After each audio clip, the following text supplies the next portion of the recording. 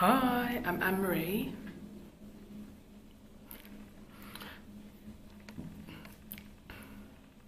Favorite apps. Hi, I'm Anne-Marie, and this is day 12.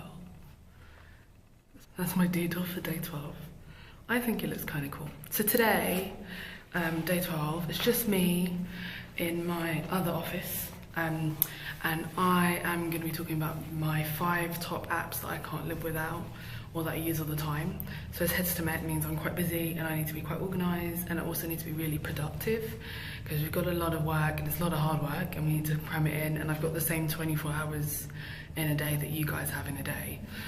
So I have to make sure I use them and make the most of my 24 hours. I have to use a lot of apps, and there are quite a few that I actually rely on, so I use on a basically daily basis. But these are my top 5. So my top 5 are, in no particular order, Google Maps. I use quite a lot.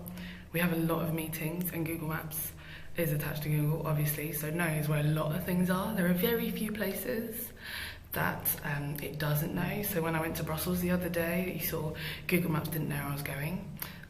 Which I think is because it was a brand new building. But anyway, I use Google Maps quite a lot to let me know when to leave for certain meetings, where to plan my meetings to be for a day, to help us remember which schools we work with and which venues we've been to. We use Google Maps. The battery's low. So we use Google Maps quite a lot. So that's like one of my top apps that I use all the time. Evernote I use quite a lot, again, because we're a team and we don't always go to meetings together, or we can't always read each other's handwriting, particularly mine. My handwriting's not great. This is my handwriting. It's like scratching on a paper. Anyway, so because my handwriting is not great, we use an app called Evernote, which is really amazing for notes, so like revision notes that you might need to keep, or notes from class, because you can, if you've got the premium account, which is only 35 quid a year, which feels like a lot, but it's not.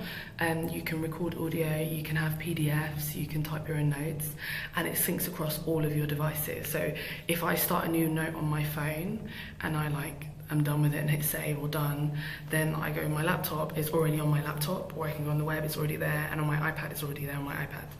And so it syncs across all of my devices, which is really great, because if my battery's dying on my phone, then I can pick up my iPad, and if that's not great, then I can be on my laptop, and then I can type stuff. So then I don't need to remember notebooks, and so I rarely use notebooks. I go through phases. Sometimes I use them, sometimes I don't, so I've got one at the moment. But yeah, I rarely use notebooks. I love Evernote, and one particular feature I love about Evernote is that if it's on your phone, it syncs with your calendar. So if you're in a meeting and the meeting starts at 10, and then you sit down at 10 or 10:01 and open Evernote, it automatically, like when you create a note, it automatically knows that that might be a note from that meeting, so it titles the note for you, which is so cool. The first time it happened, I was a bit spooked, because I was like, how did Evernote know my diary? And then I realised it was a setting that of course I turned on, because I like playing with settings. So Evernote's fantastic. The third app that we use all the time is Zipcar. So we have to travel quite a lot, and sometimes train is fine, but other times it's really cool for us to be able to drive and have a road trip. So I use Zipcar. I'm a member of Zipcar. You have to have a driving licence, sorry girls, to be able to use Zipcar. It's great because you just pick it up, and there's a card that you have to unlock the car, and then over to me in the car. So we're home, we're done. I turn the car off, I flip the key back in, and then there's this little thing on the end that I then put in here. And the red light, because it's red, once I put it in, it changes to green, so it's done. So that's why Zipcar's cool.